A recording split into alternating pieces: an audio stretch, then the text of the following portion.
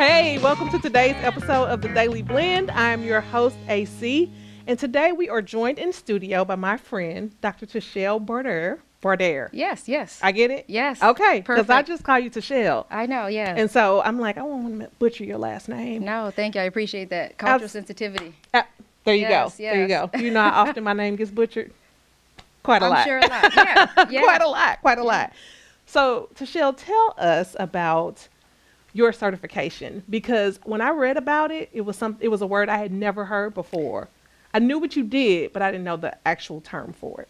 Yeah. So certified in thanatology, and that is it's common. People, it's not a word we hear very often. Mm-hmm. I mean, imagine we don't hear the word death very often, except for cliche type things and died, dressed to kill. Right. So we definitely won't hear about thanatology. So I appreciate Mm-hmm. the opportunity to share it. Thanatology is the field of death and dying. So it means I've extra training and education around supporting people who are dealing with loss and grief. And I know you tend to specialize in youth. Yes. You have a passion for, I Yes. know, youth who are dealing with grief. Yes. And where did that come from?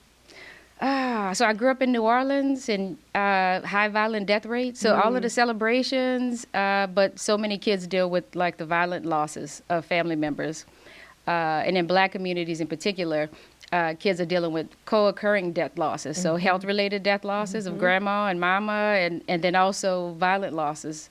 And so I was always curious about, I would go to funerals. I guess I've always just been interested in this kind of, I used to collect obituaries as a kid. Really? Yeah. I know as odd as it sounds, but I was always concerned about the lack of attention to what children would be dealing with.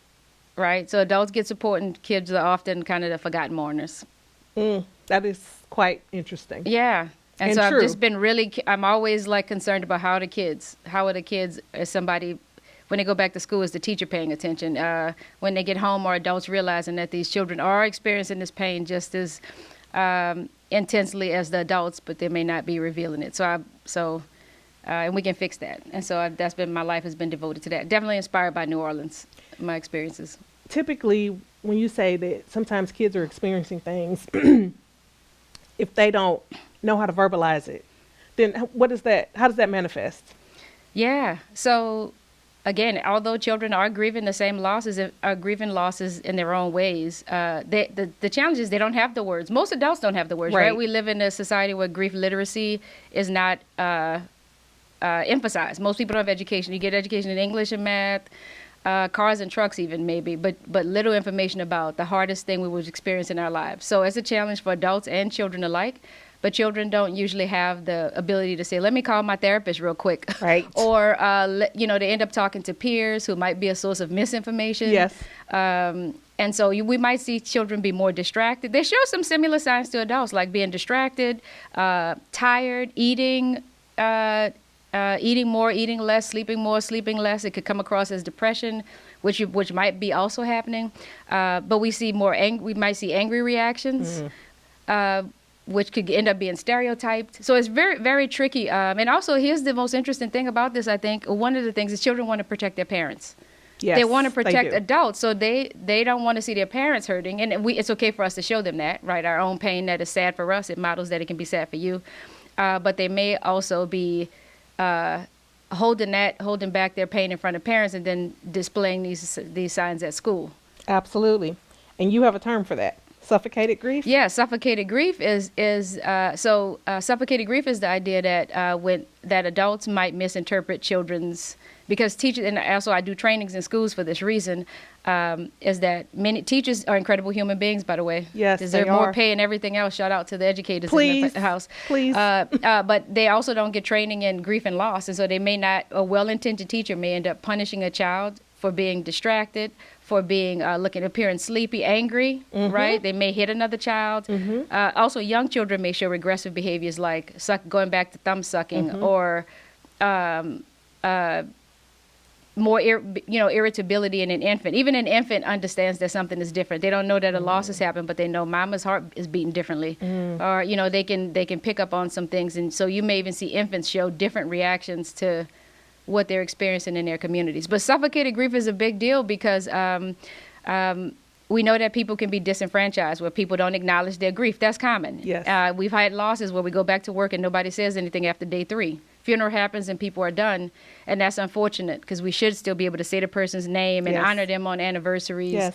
And not feel embarrassed when we're doing these things. But children in schools, and this is where I'm most passionate, is they're not just forgotten mourners. That's bad enough, but they end up getting punished. And once you Yes. put on that trajectory, that might be your, I've worked with kids who know one kid who described himself as a fighter. And it was because he got labeled as that, but he had dealt with so much in his life. And so one teacher or somebody called him a fighter, and that's how he defined himself until adolescence, when I said, wait a minute. And the more he spoke, it was like, no, actually, you've been through a lot.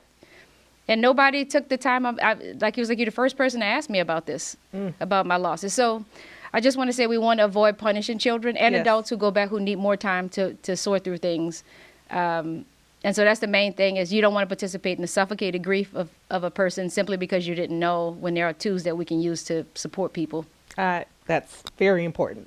And I want to make sure that I get to your flipping the script. Yeah. Flipping the script. So instead of going to somebody and saying, how are you? Because what do they typically say?